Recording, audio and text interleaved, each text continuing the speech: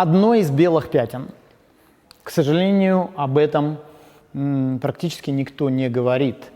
Топ-3 ошибок в позициях. Их больше, но вещи вопиющие, которые, к огромному сожалению, и мужчина сам не знает, и женщина по самым разным причинам не доносит.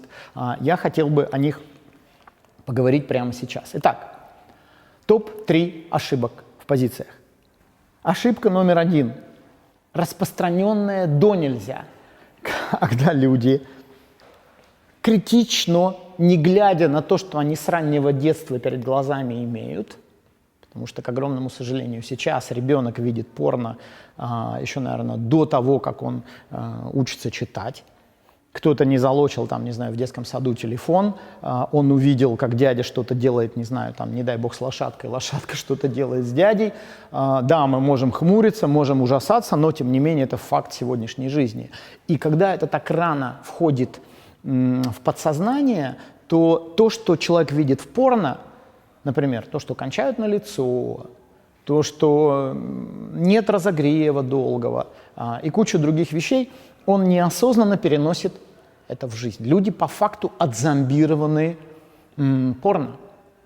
Но они недопонимают, что индустрия, скажем так, взрослая индустрия, да, индустрия взрослых фильмов, фильмов для взрослых, роликов для взрослых и прочего, она сделана мужчинами для мужчин. Она создана мужчинами для мужчин. Да, есть процент женщин, которые смотрят порно, но по статистике, статистика открыта. Забейте, пожалуйста, любой большой известный порносайт, он ведет открытую статистику, публикует, они и гордятся, там многие миллиарды, десятки миллиардов заходов за год. Это реально бич нашего времени. И это тот бизнес, который изначально создавался мужиками под мужиков. Его задача не научить тебя заниматься с женщиной качественным сексом. Его задача возбудить, максимально возбудить мастурбирующего мужчину. Вот о чем это.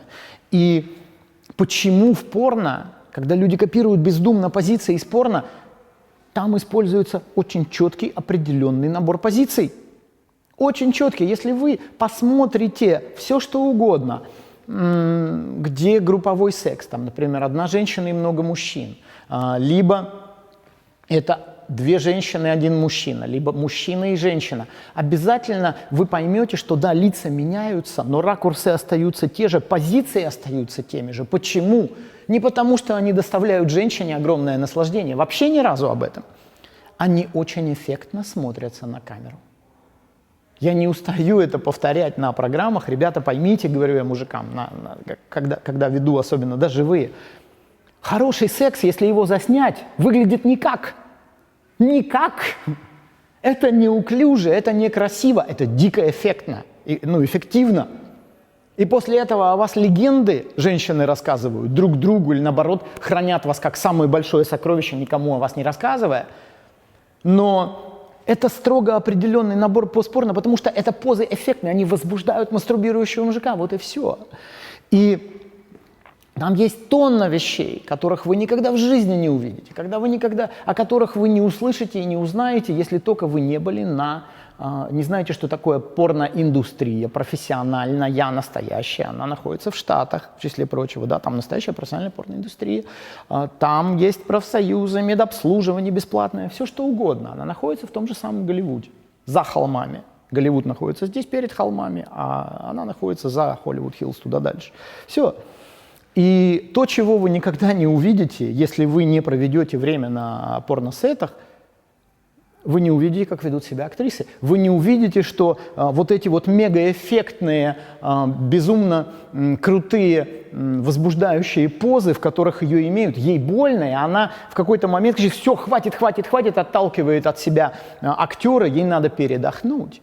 Вы не увидите тех литров силиконовой смазки, которые используются, галлонов, там не литры, там галлоны, там галлон силиконовой смазки, который используется во время порносъемок. 4, там, сколько это галлон, по-моему, 4,2, что ли, литра, не помню, не могу точно сказать, но, знаете, потому что, вы что думаете, актриса стоит под яркими прожекторами, 20 человек еще вокруг, гримеры, звукорежиссеры, помощники режиссера, режиссеры, оператор, осветители.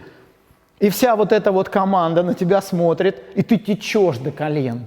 Ты истекаешь, и тут подбегает порноактер, который, естественно, стоит не переставая, и втыкает тебе со всей силы, и вы начинаете наслаждаться. Ну о чем это вообще? О чем вы говорите? Когда кто-то думает, что женщина может выделить смазку в таких условиях, вообще в целом, да нет, поверь, она суха, как пустыня Сахара. Там ничего нет. Кто-то возражает, говорит, да что ты говоришь? Ты посмотри, как они брызгают. Посмотри, как они брызгают. Когда сквирт снимают, из нее выходит там море, это же все смазка. Это даже не невежественно, это чудовищно. Потому что сквирт, во-первых, в основном, когда струйные оргазмы, якобы струйные оргазмы, он же сквирт снимают, это моча. Актрисы пьют по несколько литров воды, и потом это все выстреливают. Пожалуйста, кто сейчас скажет, да нет, это не так, настоящий. Да был я там и видел эти все истории, кому вы рассказываете. Это первое. Кто-то говорит, что так это же и есть смазка. Да нет, родной, смазки. Любая женщина производит смазки достаточно небольшое количество. У кого-то ее не хватает, у кого-то может быть с избытком, она там даже может немножко течь, если женщина очень сильно возбуждена. Но уж во всяком случае смазкой она никогда не выстрелит на 3 метра. И не зальет камеру, и камера не будет вся в подтеках. Родной, не путай эти вещи. Сквирт и смазка это вообще две разные совершенно вещи. Дальше. Когда снимают порно, что там происходит в плане подготовки к съемке?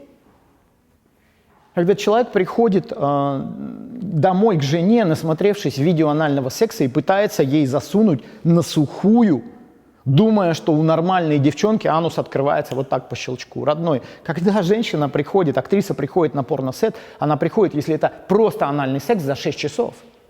За 6 часов ей медленно, очень нежно открывают анус. Массаж происходит со смазкой, постепенно открывают анус. Если это фистинг, то она приходит за 12 часов, и ей открывают анус до тех размеров, которые предстоит снимать. А ты думаешь, что она нагнулась, у нее все раскрылось, но ты задумайся хоть на секунду, если бы у нее так по желанию раскрывалось, она бы от туалета не могла отойти. И ты, между прочим, родной, тоже. Потому что твой анус от ее ничем не отличается. Сори. 2 мышечных кольца сфинктера. Одно мы можем более-менее осознанно контролировать, другое не можем. Все. Плюс вот эта тема, когда если кто-то, у кого-то, может быть, партнерша или вы сами, обычный фотосет. Вспомните, обычная фотосессия. И нужно, например, ей там или вам на какой-то жесткой поверхности замереть. Это очень красиво. У меня происходит регулярно фотосессии, я знаю, насколько это дискомфортно. То, что вы видите на фото, она подпрыгнула и повисла у него на шее, а он ее так держит. Как бы ты в зал ни ходил, отваливаются мышцы, потому что не получилось. Так, ну-ка прыгнула, ну-ка ножку задрала. И эта история, ты уже думаешь, сейчас у меня все порвется. Вроде в зал хожу, вроде парень-то я не слабый, но ты не можешь так долго держать. Так и здесь. Так, выгнулась, грудью легла на столик, и она на этом стеклянном столе в крайне неудобной позе делает эту фотографию, которая очень привлекательна и эротична со стороны. Точно так же это происходит, когда вы снимаете, когда снимают порно, и ей крайне неудобно. И она такая, ну сколько же я ногу стерла. Так, прервались, отдохни, погуляй. Первое, куда идет порноактриса после того, как заканчивается порносъемка, помимо того, что домой и выспаться, потому что если отведен съемочный день, будьте любезны, заснять это все за один съемочный день. Но первое, дальше, куда она пойдет и потратит свои деньги, это массажист. Это массажист, который опять приводит ее в порядок, потому что она снимается во всех каких угодно позициях, крайне, неестественных, но очень красивых для камеры. Вторая ошибка, когда дело касается позиций.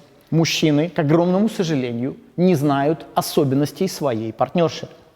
Я имею в виду особенности ее возбуждения и физиологические особенности. Они не понимают, что многим женщинам может быть дискомфортно в общепринято правильных позах. Очень хороший пример – это доги на прямых руках. когда большинство девчонок, если им сказать «встань в доги-стайл», она становится в доги-стайл на коленочки и на прямые руки. Но в этом случае она становится буквой «П», и член при входе бьет точно в шейку матки. И далеко не у всех девчонок, чтобы знатоки в кавычках не говорили, далеко не у всех девчонок удары прямые члена в шейку матки вызывают оргазмы матки один за одним. Давайте не будем рассказывать. Это неправда. У многих это вызывает дискомфорт. И им больно, но они терпят. Терпят почему? А потому что везде же всем кайфно, а мне больно. И если я скажу, что мне больно, то партнер от меня откажется, уйдет к другой, которая будет от этого кончать. Другая также будет фейковать, как и ты. Она также точно будет изображать. Что советуют в кавычках эксперты? Они говорят: прогнись и положи грудь на, на подушку или на матрас, и тебе станет легче. Не факт, потому что при этом, да, становится чуть легче, угол наклона меняется, и член начинает чуть-чуть промахиваться. Но далеко не всегда это решается так. А кому-то из девчонок может быть больно в классической миссионерской позе, когда мужчина сверху, она лежит и терпит, думая, что это я поломана. Да ты не поломана. Такая анатомическая особенность. А он не потратил время на то, чтобы узнать твои, вот эти вот нюансы твоей физиологии. Третье. Не зная особенностей, сейчас мы собираем этот пазл, да, не зная особенностей женщины, даже понятия не имея, что может быть по-другому, чем в кино показывали, чем в порно показывали, а как же может быть иначе? Да, конечно, они же все одинаковые, все женщины одинаковые. Конечно, мой член один подходит идеально ко всем. Не зная особенностей девчонки, ставят ее в позу из порно и начинают как безумный долбить до оргазма. Особенно если человек может качать долго, а женщина в какой-то момент понимает, что терпеть уже больше невозможно. Либо было приятно, но в какой-то момент уже все, перебор. Перебор, и даже, может быть, смазки уже недостаточно и так далее, а он продолжает качать. Что ты делаешь? Имитируешь оргазм. Все.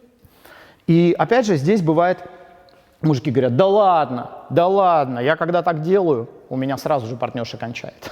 За минуту кончает, конечно. Чтобы не терпеть дискомфорт, она кончает. Да. У кого-то прелюдия очень короткая, он говорит: да не нужна прелюдия. Я без прелюдии 3 минуты помацал, поелозил ей там по клитору, нормально, и засунул, кончить сразу. Улыбаетесь и недаром. Конечно, конечно. Ты сымитируешь все, что угодно. Причем сымитируешь так талантливо, что никогда... Есть мужики, которые наивно полагают: я пойму, что женщина симулирует. Да не поймешь ты. Если она тебя не уважает настолько, что не хочет даже заморачиваться, тогда поймешь. Вот тогда ты поймешь. Во всех остальных случаях не поймешь. У меня, кстати, был очень поучительный для меня тогда пример, который заставил меня об этом задуматься. Мне... наверное, лет было 19 или 20, у меня появляется первая постоянная партнерша, у нее уезжают родители на дачу, я приезжаю к ней, суббота-воскресенье наши, и мы с ней зажигаем, а я на тот момент очень плотно дзюдо занимался, качался, ел я не как сейчас, сейчас я на живом питании, да, тогда я там сосисочки, колбаску, там сметанку наворачивал, объемы, все было. И в какой-то момент, а у нее тогда только появились вот эти были модные, шкаф-купе, да, с зеркалами. И поставили в спальню родители, а мы в родительской ее спальне зажигали. И я понимаю, что я ее поставил в доги-стайл. И я качаю, я стою у кровати, качаю, и я вдруг смотрю налево и понимаю, что это как порно. Это порнофильм, я крутой раскачанный пацан, долблю, она визжит, все вот прям идеально. И меня на тот момент, я уже более-менее, чуть-чуть мог продлить свой половой акт, то у меня была действительно гигантская проблема с этим, а тут я уже чуть-чуть мог контролировать, и я минут 20 долблю. И понимаю, что вау, я с каждым ударом становлюсь все большим и большим самцом. Заканчиваю, кончаю, она поворачивается ко мне, у нее лицо опухло от слез. Я в шоке, я говорю: что случилось? Она говорит: очень больно. Я говорю: подожди. А почему ты мне не сказала? Она говорит: я стеснялась, я боялась тебя обидеть. Женщины боятся обидеть тем, чем обидеть невозможно, и обижают тем, что они думают: а что тут такого? А что тут такого я ему сказала? Почему? А почему он от меня ушел? Я ему, знаете, Вот, пожалуйста, пример. И для меня это тогда послужило толчком к тому, что подожди-ка, а почему тебе больно? Почему тебе было больно? Так же не бывает больно. Она, ой, знаешь, вот если честно, то есть я вытащил это из нее. Мне больно, ты меня поставил в доги-стайл, вот я так стоял, и я такой, подожди-ка, так я же, у меня то же самое было, какой у меня был референс, да, у меня было, ну тогда еще видеокассеты были. И подожди, я в порно вроде как, я посмотрел тогда 2 порнофильма, и в порнофильмах было так. А почему же тебе больно? У меня хватило ума не обвинить ее. Я стал искать, у меня всегда вот это было, найти почему. И я понял, что подожди-ка, а при ее анатомическом строении ей доги-стайл вообще запрещен. Классический доги-стайл. Я начал искать, и я нашел, в какой разновидности доги-стайла ей будет классно. И я нашел эту разновидность, но также точно лечь грудью на подушке ей не помогало. Пожалуйста. Помните, что уже очень скоро, 30 ноября, в честь Международного дня секса, состоится грандиозная распродажа обучающих программ для мужчин и женщин по элитному сексуальному мастерству и отношениям. Чтобы зарегистрироваться на это уникальное событие, ознакомиться с полным списком обучающих материалов и во время распродажи получить их со скидкой до 70%, кликните по ссылке, которая находится под этим видео, или наберите в строке браузера www.alexmay.ru/sale. На открывшейся странице введите свое имя и адрес электронной почты в специальную форму и нажмите на кнопку «Принять участие». Сделайте это прямо сейчас, и мы увидимся с вами уже очень скоро.